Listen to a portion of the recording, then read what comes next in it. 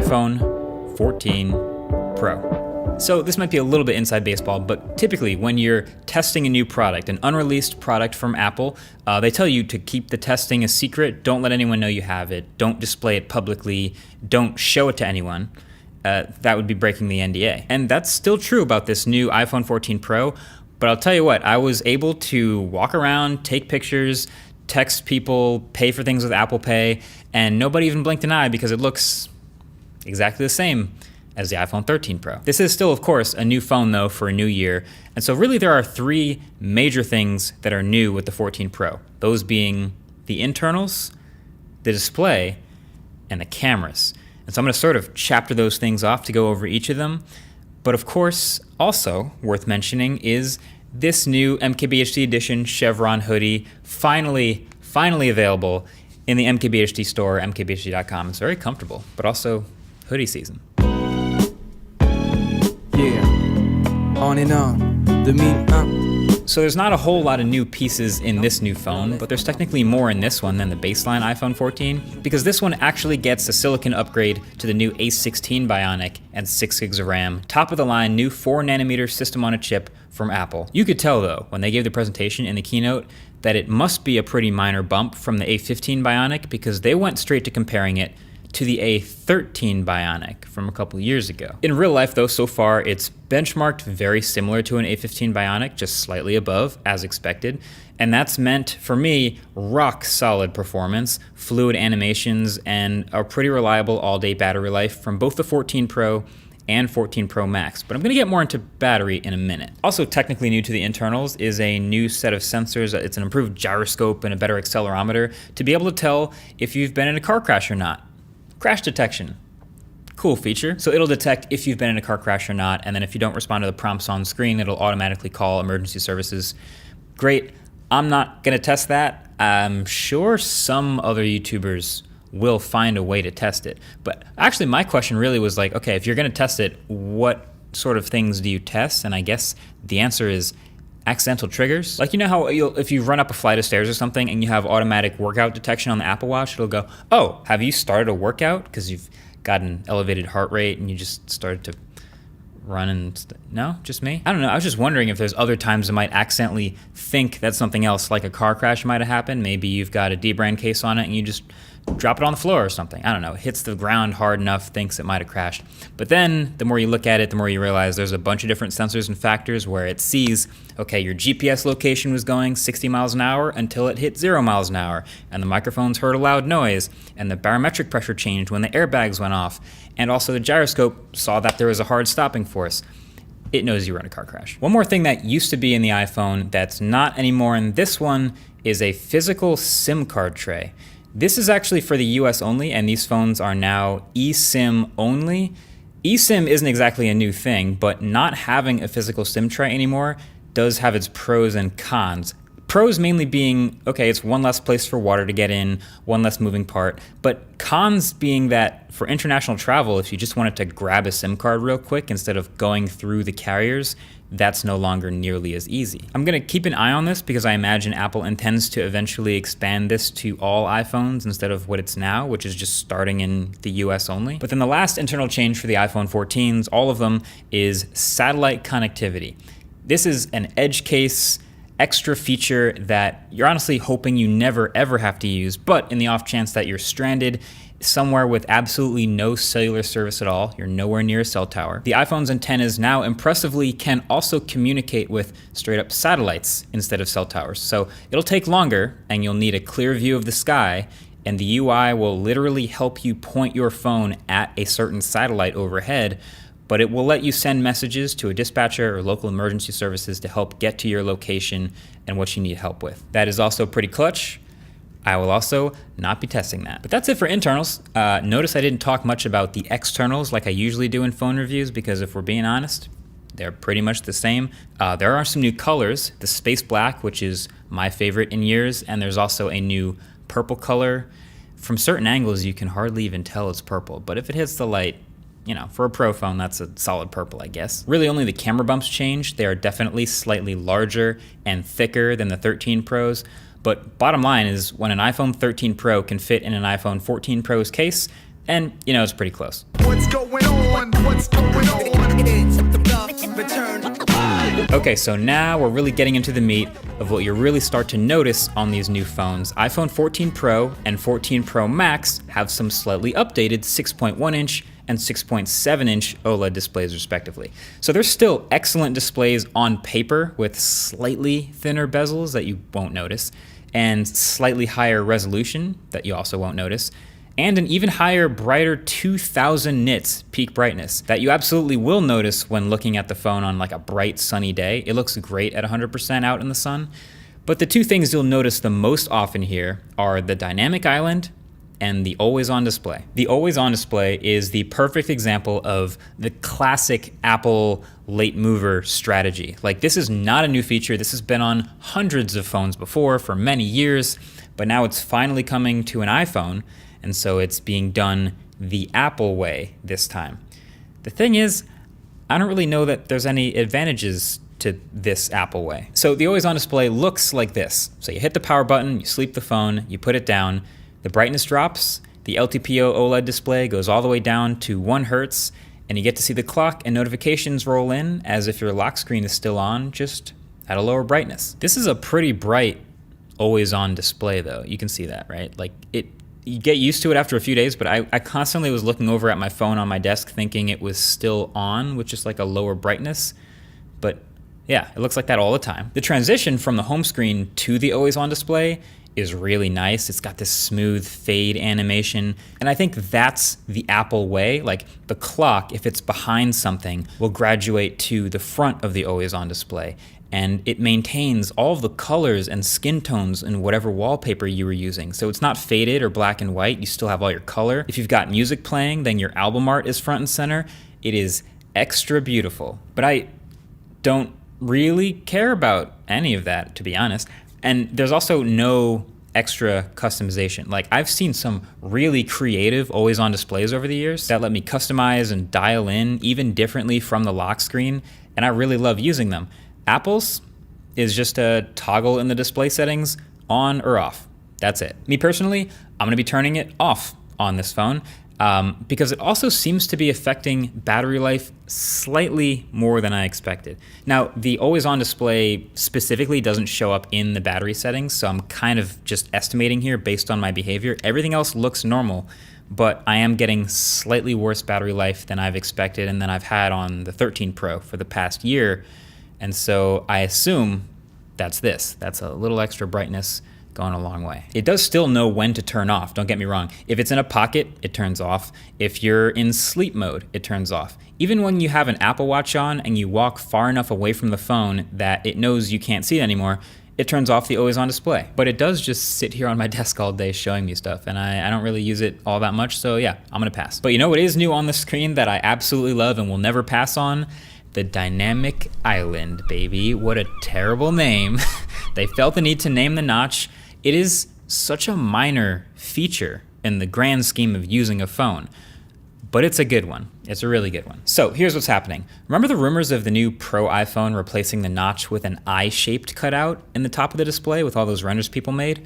Well, that's actually what this is. It has one circular cutout on the right for a new selfie camera and one pill-shaped cutout on the left for the new Face ID hardware, which they've shrunk down by about 30% to fill in this smaller area. And then instead of just doing that, Apple has cleverly decided to fill in the gap between them with black pixels and make it one big pill. So then the idea is Apple would much rather us think about the pill as software than hardware. So they built a whole bunch of software features around it. So it just has a resting state like this, which doesn't show up in screenshots or screen recordings. It's just a gap. But there are about 30 different things that it does to indicate ongoing activities and background activities and things that are all beautifully animated and super smooth with these fluid physics. It's so friendly and approachable, and all of these things that it does show up in screenshots and screen recordings. The best part is pretty much everything works straight out the box as you would expect it to. So I had this moment during the first impressions video where I was like, oh, can't wait for Apple Music to use it, but then Spotify to take like a year and a half to actually update their app to work with this. But nope, everything works straight out the box, including Spotify, because that already uses the Now Playing API. They already had a lock screen widget. Same with SoundCloud, same with YouTube Music and Pocket Casts. So you have album art and the color matching waveform up there while the media is playing. If you tap it, it'll open the app that's playing. And if you long press it, you actually get a widget that pops up with some media controls like in Scrub and everything, pretty much the exact same widget that would appear in the lock screen. So this feels kind of backwards. I think a tap should open the widget and then a long press should open the app, and that would just make more sense, but whatever. The point is, it just works right off the rip. Matter of fact, here's everything that the dynamic island does right out the box on day one. So it does system alerts like for incoming calls, connecting AirPods, plugging into a charger, switching the ringer to silent mode or volume on, Face ID unlocking, connecting AirPods, and a whole bunch more. There's our full list.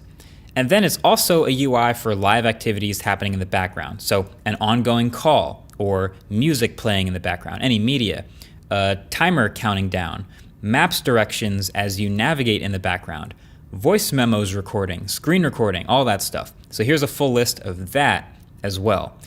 And then any third-party app that uses the Now Playing or Call Kit APIs, which there are many. It also has a little spot for the indicator for microphone and camera access right in between the pill and the cutout. It really becomes next level when you have multiple background activities happening at once, because then it low-key kind of becomes like a multitasking app switcher at the top of your phone. So one background activity looks like this, but then if I have a second one, if I go start a new background activity, it splits the island into two, so now you can pick between them and then quickly swap between them with a single touch.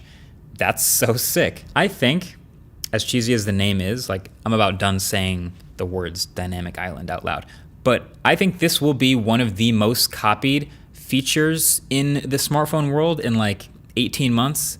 I pretty much guarantee it. Like we even already saw some MIUI mods on Twitter with people trying this on other phones. But the thing is, it's gonna be surprisingly hard to copy it exactly like this on this level. It seems pretty innocuous, pretty simple, but there is a lot going on here. Like there's a new display engine in the A16 Bionic that handles all of these animations, and there's a lot of them that really pull this whole thing together. There's physics to it. You poke the cutout and it wobbles and moves around a little like it's alive. And since there are real cutouts, like holes in the display for the camera and the Face ID system, it has to be touch sensitive in areas around the actual cutout so that it can still register taps when you touch a dead zone on the screen. And for the most part, it works pretty well. Is this a game-changing feature in a phone for most people? No. Is this a reason to get one phone over another? I don't think so. No, not really. Is this a nice quality of life touch that a lot of people will think is really cool and really like? Yeah, I think that's true. Is this feature technically invented by LG 7 years ago with the top screen on the LG V10? Yes, absolutely. On and on, c'est toujours. All right, if you watch enough iPhone presentations, then you know that the Pro iPhone really is and has been all about the cameras. Fun fact, they spent 23 minutes on stage at the September event talking about the iPhone 14 Pro, and 7 of those minutes, about 33%, were just talking about the camera. And so this is the biggest change, at least on paper, that's been made to the iPhone camera in many years. Look at this graph.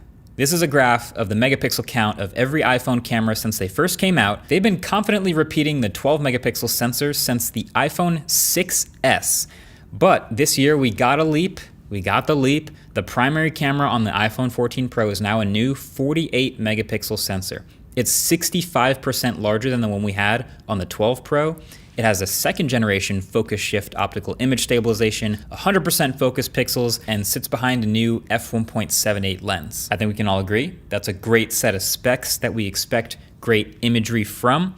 But really, the more I've been playing with it, it's just more about what the new 48 megapixel sensor enables. That's so great. So a new, larger 48 megapixel sensor. That's gonna bend down to 12 megapixels for all your normal photos, but you do get the benefits of sharpness and more light gathering from a larger sensor. That also gives you faster shutter speeds to freeze motion more often in non-perfect conditions. And it lets me take low light photos with a shorter shutter time, which is very convenient. But the larger sensor also gives you a really nice, shallow, natural depth of field without portrait mode, more than we've ever seen from an iPhone camera. Now, other phones I've seen do this just as well, but it presents a new set of challenges like fringing and autofocus. but I've been very impressed with how well the iPhone deals with both. Not a whole ton of fringing on close-up subjects, and the 100% coverage with focus pixels has been pretty locked in on tracking subjects and keeping things in focus, even with the shallow depth of field. My only complaint really is the pretty weak minimum focus distance. Things get blurred when you get close to the primary camera, so you gotta switch to the macro mode pretty early. Luckily, the ultra-wide has some improvements too, so that's not the end of the world. Then, a 48 megapixel sensor also enables this new 2x button. Doesn't seem like that huge of a deal, but it's literally just cropping in on the middle 12 megapixels of this huge sensor. So it's essentially like an optical zoom. It's not like you're gonna lose quality the way anything less than 3x would have been before on iPhones, because it was cropping into an already 12 megapixel image. The 48 megapixel sensor also enables this new action mode in video, which is this super aggressive stabilization for really shaky video. And it does this with a pretty heavy crop, but it's also able to still shoot in up to 2.8K in this mode. Little pro tip, it defaults to the 0.5x camera. It's much noisier when you do this so I do recommend switching back to the primary for it. And then if you're running around chasing a subject or even pointing out a car window or just anytime you need some pretty heavy stabilization, this is definitely nice to have. If you want the full 48 megapixel files, you can shoot in ProRAW and it will kick out 50, 60, 70 megabyte DNG files, which have a lot of detail and latitude to push around in Lightroom and make them look better than the straight out of camera 12 megapixel shots. But I'll leave that to the Peter McKinnons and Tyler Stallmans, or the many other photography creators I know are gonna put this to the test. One thing they didn't do with the new 48 megapixel sensor is 8K video. They could have, they've not been able to until they crossed the 30 megapixel threshold. They got to 48, they didn't do it. That, of course, would also probably still be pretty tough considering the max iPhone is still 1 terabyte, which sounds like a lot, but then you're also working with huge 5-6 gig per minute ProRes files that take forever to get off the iPhone via this lightning port and the slow speeds. And they should probably just switch to USB-C, and that's a whole rant for another day, so I'll just stop it there. But just know, no 8K video straight from the iPhone's camera. I think I can honestly safely though put the iPhone 14 Pro as the best camera system in any phone in 2022. Don't get me wrong, it's not perfect. It can definitely overbake HDR sometimes in some harsh shooting conditions, and the new selfie camera, which now has 12 megapixels and autofocus, while it handles a variety of focal lengths much better and is sharper overall, it still has a tendency to overexpose people with dark skin constantly, I would know. But if I'm just looking for the overall versatility of the whole camera system, you know, the shutter speed improvements, the quality of the photos, the great autofocus, the color consistency between the 3 different cameras, the overall image processing pipeline improvements that have made the ultra-wide much more usable and less noisy in low light, and then of course the ProRes video that I'm literally actively running an entire YouTube channel with, then yeah, I'm pretty comfortable calling this the Camera King again. And yes, I am going to be shooting the new autofocus video with the iPhone 14 Pro's cameras, so if you want a large helping of sample footage, that's going to be the place to go. Go subscribe over there. Plus the car is going to be, it's a fun one. It's going to be a good video, so don't miss it anyway. Oh, also, guess what? Guess what? Cinematic mode now supports 30 FPS. Huh. That's funny. Checkmate 24 FPS stands. No, but also I don't think I'm going to be using cinematic mode that much because the natural depth of field is so good on the primary camera, but yeah, 30 FPS, cinematic now. Also, remember how all those event invites went out a couple weeks ago and the theme was far out and there were all these stars and we thought, oh, they're gonna get an astrophotography mode, like a nighttime photography type thing. That didn't happen. Turned out they were like hinting at the satellite connectivity, but like the iPhone still gets crushed when it comes to some of the like super low light nighttime shooting and especially astrophotography, so I'm kind of bummed that we didn't get that. But otherwise, yeah, complete camera. Kick, snare, kick, snare. So the iPhone 14 Pro is still $1,000 and the 14 Pro Max is still $1,100 to start. So they are the absolute best phones Apple makes right now, and there's going to be a lot of people considering an upgrade. So is it worth it? Well, in the landscape of other phones you could get for $1,000, this one's going to be competitive. It's going to have the best camera of the bunch, I think. It's going to have one of the best, brightest, most responsive displays of any of those phones. It's also going to have a dynamic island, however you feel about that. But also it's going to have the classic suite of iPhone stuff. iMessage, FaceTime, classics. But there definitely isn't any flashy or any crazy design or hardware innovation happening here. There is nothing folding in half. There is no super fast charging or some massive battery size improvement. The new colors, which you've seen, are like, yeah, you can kind of tell that they're a little different looking, but this is a very refined update. And so really the truth is, if you have an iPhone 11 or later at this point, then the new iOS 16 update pushing out to your phone right now is gonna make just as big of a difference to the user experience of using your phone as getting the new phone probably would. So yeah, I'd say, the new lock screen, the haptic keyboard, all this stuff. I did a video on all the new features. You can check that out. But yeah, this is a really good phone. You should get it if you either want the latest and greatest and best of a smartphone camera available right now, or if you've just got a $1,000 hole in your pocket burning away and you just have to have the latest and greatest Pro iPhone. That's what this is. If you're not trying to get the newest iPhone, then you can skip the upgrade and fix your current phone with parts and tools by this video's sponsor, iFixit. They make it super easy with free repair guides and teardowns on their channel. It's not as hard as it looks. Also, if you want to see the inside of your phone before you try to fix it, check out iFixit's channel so you can see their iPhone 14 teardown when they take apart tech so you can learn how to fix it yourself. So you can check them out at the link below. One sustainability note I found interesting, the iPhone 14s now across the board have a slightly improved repairability design. The glass on the back is now separate from the components underneath. Very nice. But either way, that's been it.